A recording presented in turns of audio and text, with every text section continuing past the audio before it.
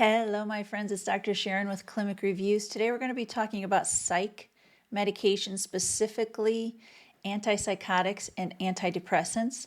These are definitely meds you need to know for the Nclex. We're not going to talk about every possible drug that's out there. We're going to talk about the ones that I think you'll be most likely to be tested on.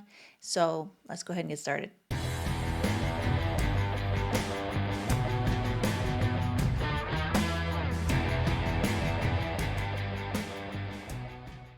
Hello, my friends. It's Dr. Sharon with Clinic Reviews. You know this YouTube channel is the home of the greater Clinic Review organization here on YouTube. And we offer through our organization, if you go to clinicreviews.com, we offer the very best Nclex review in the entire universe, in my opinion. It is 21 plus hours of online on-demand content. Mark Klimek, the GOAT himself, teaches it. You can also meet me online over Zoom in person if you want to do our small group tutoring. And we also have a streaming service where you can find all of our videos from YouTube, whether they've been taken off of YouTube now, because I've deleted some of them off of YouTube if they're getting old. Not because they don't, they're still good information, but I look different. I don't really want them on there. So anyway, those are still all on our streaming service. You can get it with no commercials and anytime you want them, at any time. All right. That's enough of that. So we're going to do psych drugs. There are various classes of drugs that you definitely need to know. For example, you need to know ACE inhibitors, you need to know beta blockers, you need to know ARBs, you need to know potassium-sparing diuretics. Like, these are types of drugs you have to know. You also have to know about antidepressants and antipsychotics. So particularly about the side effects. I have taught this previously in other videos, so I'm not going to spend a lot of time on it now, but there's a difference between side effects and adverse effects.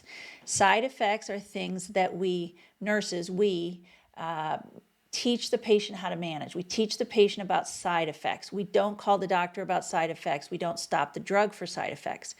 Adverse effects are things that are not good. They can cause harm. So we do stop the med and we do call the doctor. So all psych drugs have anticholinergic side effects, okay? Anticholinergic side effects. So that's, and you need to know these, okay? So that's, the A stands for anticholinergic. The B stands for blurred vision and bladder retention. The C stands for constipation, and the D stands for dry mouth and drowsiness. So A, anticholinergic, B, blurred vision and bladder retention, C, constipation, D, dry mouth and drowsiness. And the word used on Nclex for drowsiness is sedation. Sedation is one of the most common side effects of just about any drug. Look at any over-the-counter med you can get. Most of them are going to say it can cause sedation. So anyway, those are the anticholinergic drugs. We're going to talk about them now. So let's go ahead and get started with some questions. The nurse identifies which findings as anticholinergic side effects. Okay, I just taught you that. Do you remember? Urinary retention? Yes, that's the B in bladder retention. Blurred vision? Yes, that's the B in blurred vision. Dry mouth? Yes, that's the D in dry mouth. Constipation? That's the C in constipation. Increased salivation? No, it's the opposite, right? It's a dry mouth, not increased salivation. So these are the, I guess I got to find the right button here. These are the side effects, anticholinergic side effects, which you find with all antidepressants and antipsychotics. A client taking fluoxetine reports feeling jittery and has trouble sleeping. Which nursing action is best? Reassure the client this is normal and temporary. Instruct the client to take the dose in the morning. Encourage use of caffeine to stay alert during the day. Hold the dose and notify the provider immediately. So the question is feeling jittery and having trouble sleeping a side effect or an adverse effect of fluoxetine? Because that'll determine if we hold the dose and notify the healthcare provider, because we only do D for adverse effects. So fluoxetine is an SSRI, and the XET in the middle of it, ZET, the ZET tells you it's an SSRI. So I want you to remember that, fluoxetine, SSRI, selective serotonin reuptake inhibitor. And SSRIs can cause difficulty falling asleep. So we usually recommend most antidepressants we recommend taking in the morning. And I know we say, well, how can it cause you to not be able to fall asleep if it also causes drowsiness. So everybody responds differently to different medications. And if you read the list of all the possible side effects, you'll find that a lot of medications can do both cause drowsiness and cause jitteriness. It's a strange sort of phenomenon.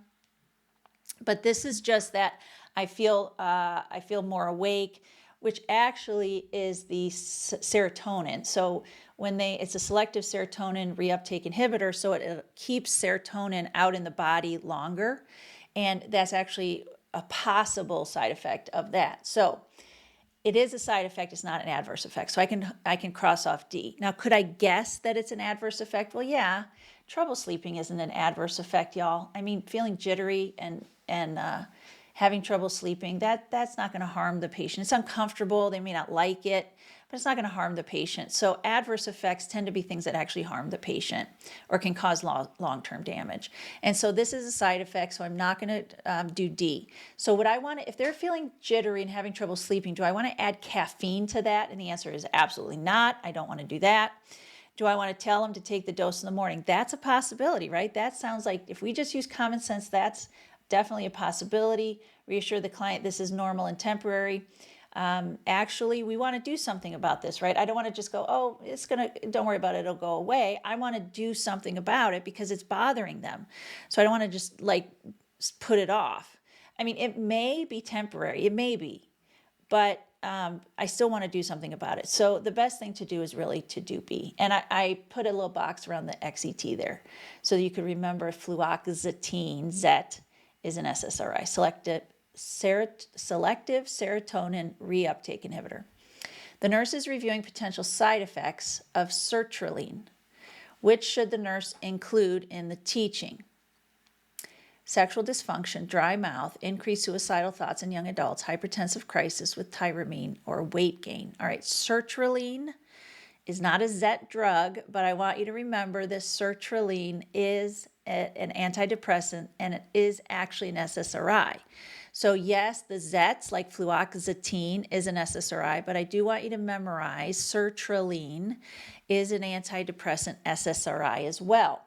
Now, all antidepressants cause anticholinergic side effects. Okay, you know what those are. Blurred vision, bladder retention, constipation, dry mouth, and drowsiness. But they also all cause weight gain and low blood pressure. Okay, so the nurse is reviewing potential side effects. Which should the nurse include in the teaching? And we teach about that. Sexual dysfunction, dry mouth. There's the dry mouth. Increased suicidal thoughts in young adults. So that is true. Young adults are very prone to negative thoughts when starting on an antidepressant. And so we use we're supposed to use antidepressants cautiously in adolescents and young adults. And so C is sort of universal. It can definitely do that. Hypertensive crisis with tyramine. No, antidepressants cause low blood pressure. There's one exception to that. It's an MAOI, MAO inhibitor. MAO inhibitor antidepressant. So sertraline is an SSRI, not an MAOI. And so sertraline can cause low blood pressure, not high blood pressure, and weight gain. All right, so we know it can cause weight gain. We know it can cause dry mouth. Suicidal thoughts in young adults, very unfortunately, is something we have to be very cautious about with using SSRIs in young adults. Now, how about sexual dysfunction? So again, I don't know, I haven't seen it talked about a lot, but actually all antidepressants can cause sexual dysfunction, y'all. If this is more, you got to know that for the Nclex because it can definitely cause that. But as a clinician, remember that too. I don't think we tell people enough when we're starting, especially young women on SSRIs or on antidepressants. We don't tell them enough that this can cause sexual dysfunction. And there's a lot of women, young women, who take antidepressants and their mood is better, but their body is different and they can't figure out why. They think it's their fault. And y'all, it's not their fault. Okay, it's not their fault. That's a side effect. So the correct answers are sexual dysfunction, dry mouth, A, B, C, and E. Client is taking amitriptyline A client taking amitriptyline reports dizziness when standing up quickly. What is the nurse's priority intervention? All right, so do you see the TRI there? The TRI, amitriptyline, tri. The tri, or the trip, it's a tricyclic antidepressant. Now, tricyclic antidepressants, amitriptyline, these are the only ones that I know of that should be taken in the evening. All other antidepressants can be taken in the morning, and SSRIs really should be taken in the morning, but amitriptyline, or the tricyclics, should be taken in the evening, and that's because they actually cause more drowsiness than a lot of other drugs, okay? So this is an antidepressant, and nortriptyline, amitriptyline, they're both tricyclics, and I told you universally that all psych drugs cause weight gain and low blood pressure. And so if it causes low blood pressure, then there's a possibility they could get dizzy when standing up quickly, right? So what is the nurse's priority intervention? Teach the client to change positions slowly, encourage fluids and exercise, hold the medication and call the provider. That's no, because this is a side effect. Suggest taking the dose at bedtime. So they should take the dose at bedtime, but that's not because it makes them dizzy. All psych drugs can cause weight gain and low blood pressure. So I'm not going to suggest they take the dose at bedtime. I'm actually going to teach them, because specifically related to dizziness, I'm going to teach the client to change positions slowly. And I put a box around the tri, so you can remember the tri, and amitriptyline is a tricyclic antidepressant, and it should be taken in the evening. But the reason I'm not picking D is because that's not specific to what I'm being asked about. Client prescribed with phenelzine asked what foods to avoid. Which foods should the nurse include? So I told you MAOIs can cause high blood pressure. MAOIs can cause high blood pressure when they're taken with foods that have tyramine in them. And MAOIs are the only psych drugs that have food cautions with them, dietary restrictions. MAOIs are the only psych drugs that have dietary precautions. So if you get a question, they give you a psych drug, like phenelzine, and they ask you what foods to avoid, it has to be an MAOI. Okay, it has to be an MAOI, because there's no other psych drugs that require dietary restrictions.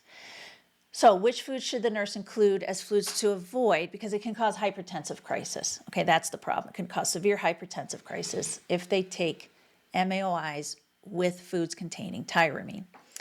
All right, so how do you remember this list?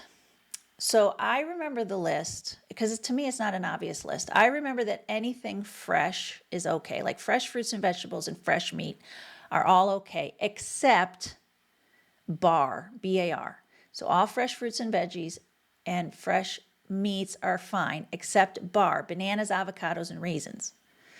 Okay, so BAR is out, bananas, avocados, and raisins. But all other fresh fruits and veggies and fresh meats are okay, except organ meats. Organ meats are out. Okay, but it seems like organ meats are always out. And then I remember that breads are all okay. All breads are okay. But nothing that is processed.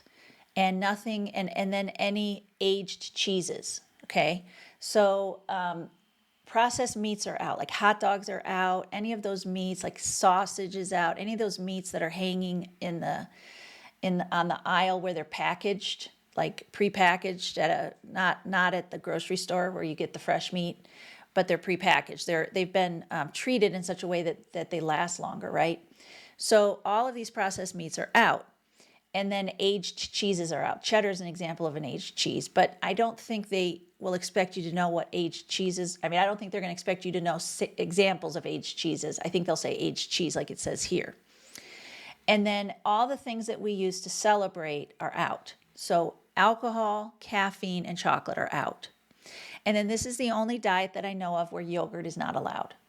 Okay, so MAOIs can't have foods with tyramine.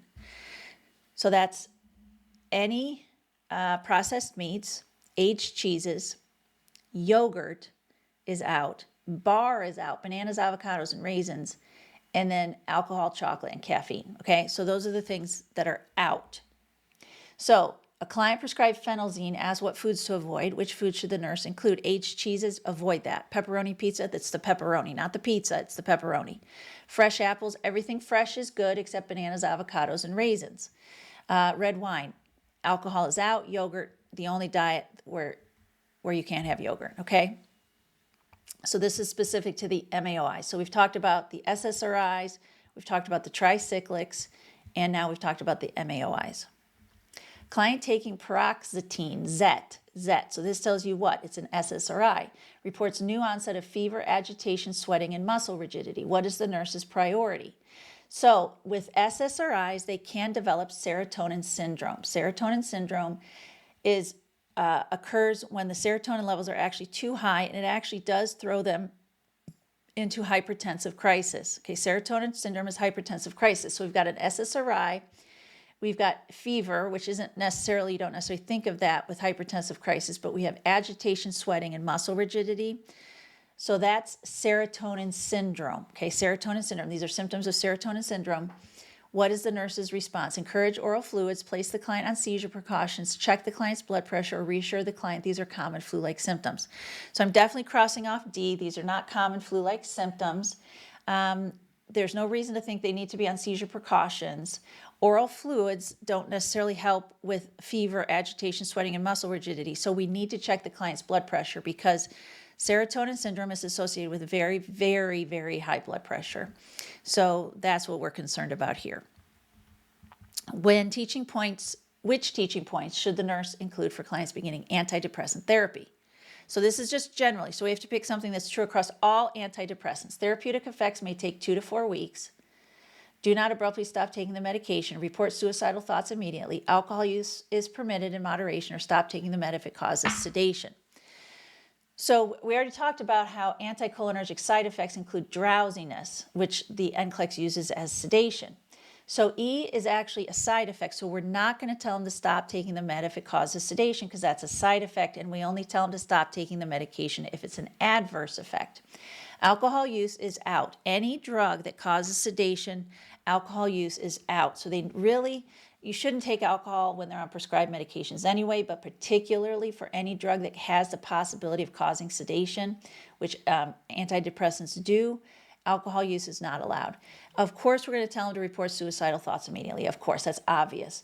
And they cannot stop abruptly taking the medication. There's going to be withdrawal symptoms and some very negative physical and mental symptoms associated with that. So that's absolutely, do not abruptly stop taking it. And the therapeutic effects do take 2 to 4 weeks to begin, which is why suicide is the highest risk in the first 2 weeks, 2 to 4 weeks, because what happens is they start to feel better physically in the first 2 to 4 weeks, but they don't necessarily start to feel better mentally. And so they're at risk of suicide. They still have suicidal thoughts, but now they have the energy to act on it because they're feeling better. Because fatigue, anorexia, these are loss of the will, to get out of bed and all that kind of thing. Those are associated with depression. So if all of a sudden you're feeling better physically, but mentally you're still very depressed, you may now have the energy to act on those thoughts. So these are A, B, and C. I put this question in here because A, B, and C are universal, associated with all antidepressants, and you should absolutely know that. A client taking haloperidol is noted to have a headache, muscle rigidity, and altered mental status. What should the nurse do first? Reassure and give analgesics, document and continue monitoring, notify the healthcare provider, or check the client's temperature. So we have a patient who started on haloperidol. Haloperidol is an antipsychotic. It is a major tranquilizer, okay, and it has a lot of side effects. But it does not have a side effect of altered mental status. Okay, that definitely doesn't have that side effect. So the muscle rigidity, that could be associated with the Parkinson's-like symptoms associated with major tranquilizers or antipsychotics. So it could be. A headache is a common side effect, but altered mental status is abnormal. That's not expected. So I'm not going to just document and continue monitoring, and I'm not going to reassure and give analgesics. Okay, so that's not what I'm going to do. So I can cross off A and B. So the question is, what do I do first? Do I notify the healthcare provider, or do I check the client's temperature first? So here's what you need to know. Haldol or haloperidol is associated with NMS, neuroleptic malignant syndrome. Neuroleptic malignant syndrome is specifically associated with Haldol, and it is associated with Haldol when it kind of isn't metabolized adequately and it builds up in the system, and neuroleptic malignant syndrome is a temperature greater than 104. That's what it is, okay? So it's a temperature greater than 104. So we have Haldol, we have headache, muscle ridge, we have these symptoms that we're like, well, they could be side effects, but the altered mental status isn't. So what do I know that's strongly associated with Haldol? And that is, and this is what the Nclex is going to test on. They're going to say, do you know that Haldol is associated with NMS? That's the concept that they're testing. So I will notify the healthcare provider, but I'll tell you first, I want to check the patient's temperature because I want to be able to tell the healthcare provider what it is. And this is a first question. So I really need, and if it said get their vital signs, I would have gotten their vital signs before I notified the healthcare provider. Okay, that also would have been a correct answer. So I have to do that first, and this is a first question. So we've talked about SSRIs, and we've talked about serotonin syndrome. We've talked about anticholinergic side effects. We've talked about weight gain and low blood pressure with all antidepressants. We've talked about Haldol and neuroleptic malignant syndrome and how you have to check their temperature. So I'm just reviewing what we've talked about because we've actually talked about a lot of stuff. We've talked about the Zets, like fluoxetine. These are SSRIs. We've talked about her sertraline. I told you have to memorize sertraline is an SSRI. We've talked about the tricyclics, the TRI in the word amitriptyline, nortriptyline. All right, I'm just doing a quick review before we go any further. The nurse recognizes which findings as extrapyramidal side effects of antipsychotic syndrome. So this is a side effect of antipsychotics, EPS, extrapyramidal side effects. So remember I told you that muscle rigidity could be a side effect of Haldol because it's an antipsychotic.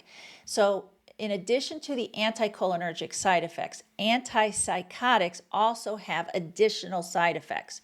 So we already know they have anticholinergic, that's the A, the B is blurred vision and bladder retention, the C is constipation, the D is drowsiness and dry mouth, and then for antipsychotics, we add E to it. Okay, A, B, C, D, and E. E goes with the antipsychotics, and it's EPS, extrapyramidal syndrome. That's associated also with the antipsychotics. So it looks like Parkinson's. So what you have to say to yourself is, and a lot of people stop taking their antipsychotics because of this. It's a side effect. The doctor doesn't usually stop the med because of this, but patients stop the med because they don't like these side effects. They look like Parkinson's. So anything that looks like Parkinson's, I would pick as an EPS, okay? So shuffling gait, is that Parkinson's? Yes. So I would pick that. Lip smacking, yep, that's EPS. Muscle rigidity, that's EPS. That's also Parkinson's. Tardive movements of the tongue, all right, out with your tongue, that's tardive movements of the tongue. Yes, that's a Parkinson's-like symptom. Sudden high fever, no, that's NMS. That's not extrapyramidal, that's NMS. So we're going to pick A, B, C, and D. A client on Clozapine, y'all, I know there's a lot of these meds. Clozapine is a second-generation antipsychotic, okay? Clozapine is a second-generation antipsychotic, and it was developed to try to get rid of all these nasty side effects associated with antipsychotics. Okay, so Clozapine is an antipsychotic. You should have to memorize this, y'all. I'm sorry to tell you this, but you're going to have to. It is a second-generation antipsychotic, and it does not have EPS. It does not have EPS, but okay, so E is EPS.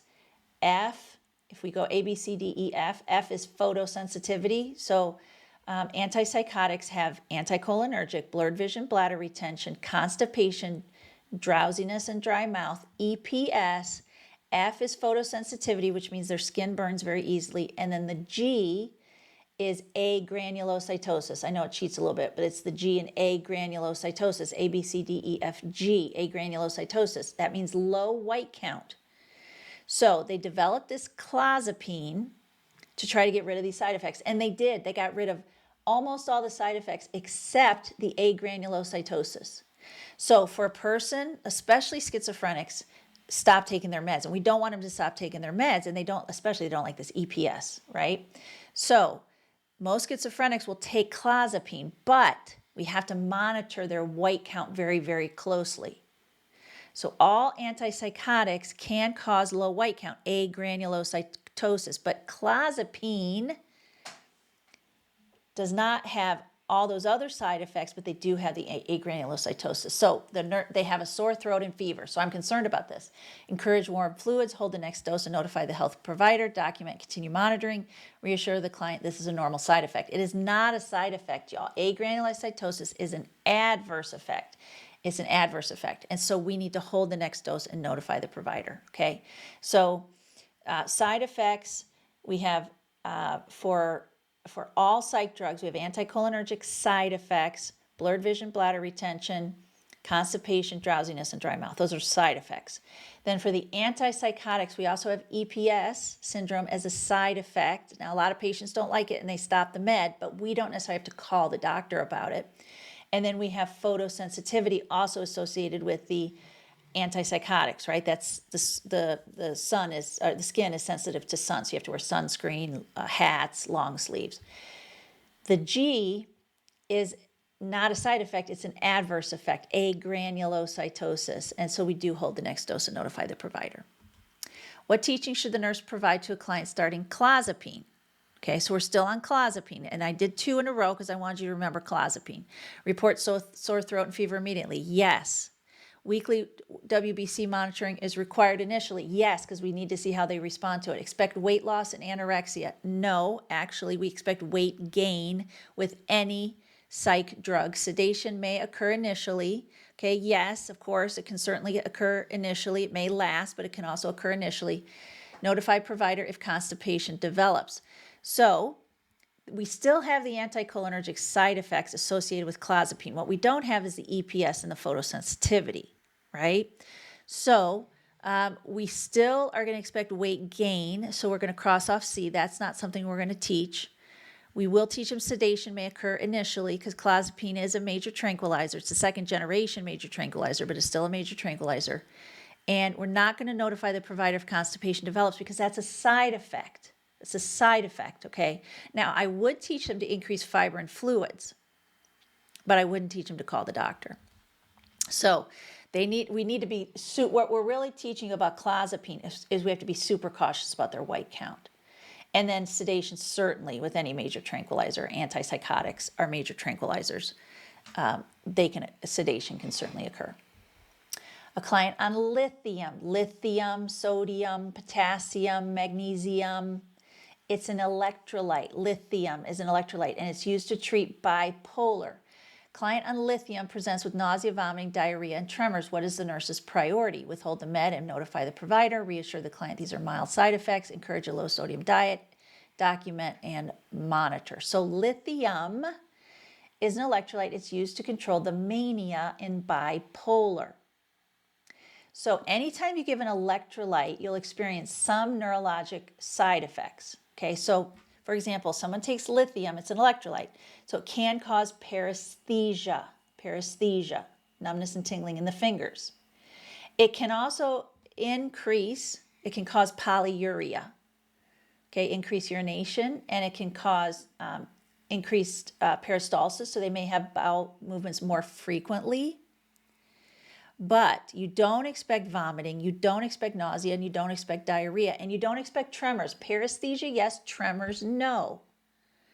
So this is looking more like lithium toxicity. So I am not going to reassure the client these are mild side effects. And this is a lot I'm teaching y'all, so you may want to watch this video a couple times. Sodium and lithium. Sodium affects lithium level. As sodium level goes down, lithium level goes up. And as sodium level goes up, lithium level goes down. Okay, so sodium level goes down, lithium level goes up. As sodium level goes up, lithium level goes down. So we're already worried they're toxicity with this lithium. So if I increase a low sodium diet, then the lithium level is going to go up more. So I don't want to do that. Okay, I don't want to do that. Document and monitor. Well, I certainly want to do that, but it's not my priority because I'm concerned that they're toxic, right? So I'm going to withhold the medication and notify the provider because this is an adverse effect of lithium. Lithium. This is the only psych drug, I shouldn't say the only one. It's the most common, the one that I know best that's not an antidepressant, not a major tranquilizer. Antipsychotics are tranquilizers, major tranquilizers, and then antidepressants are SSRIs, MAOIs, Tricyclics. Those are examples of antidepressants. Lithium, which is an electrolyte, is the only non-psychotic, antipsychotic, or antidepressant drug that you're going to learn about here. And it's an electrolyte. It's affected by sodium level. As sodium level goes down, lithium level goes up. And then they're going to have some polyuria, some increased stool, because they're going to have increased peristalsis, so that they may increase their stool, but they shouldn't have diarrhea. Paresthesia is associated with that, but they should not have any other neurologic symptoms like tremors. Should not be a side. It's not a side effect. Nausea, vomiting, diarrhea. Those all go together as an adverse effect. Okay, so we need to withhold it and call the doctor, because that's what you do for adverse effects. Which client statements indicate correct understanding about lithium therapy? Okay, so I just taught you a lot of stuff about lithium. So let's see if you remember. I should maintain consistent salt and fluid intake. Aha, yes. I should have my blood levels checked regularly. Yes, because it can become toxic. If I develop diarrhea, I should call my provider. Yes. It's toxicity. I should take my dose before bedtime with milk. Well, I don't know when they should take it, but we don't teach people to take meds with milk because milk slows absorption. And I don't want to do that. If I miss a dose, I should double the next dose. No, that we don't teach that. That's not a good teaching, okay? That's just, I didn't teach you that, but that's just generally not a good idea, okay?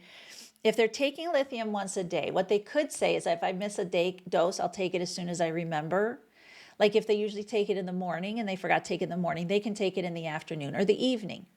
But don't double their next dose. That's not what we teach them. All right.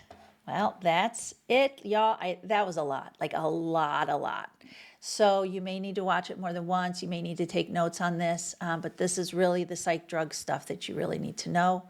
So yeah, I think that's it. It was a heavy lecture.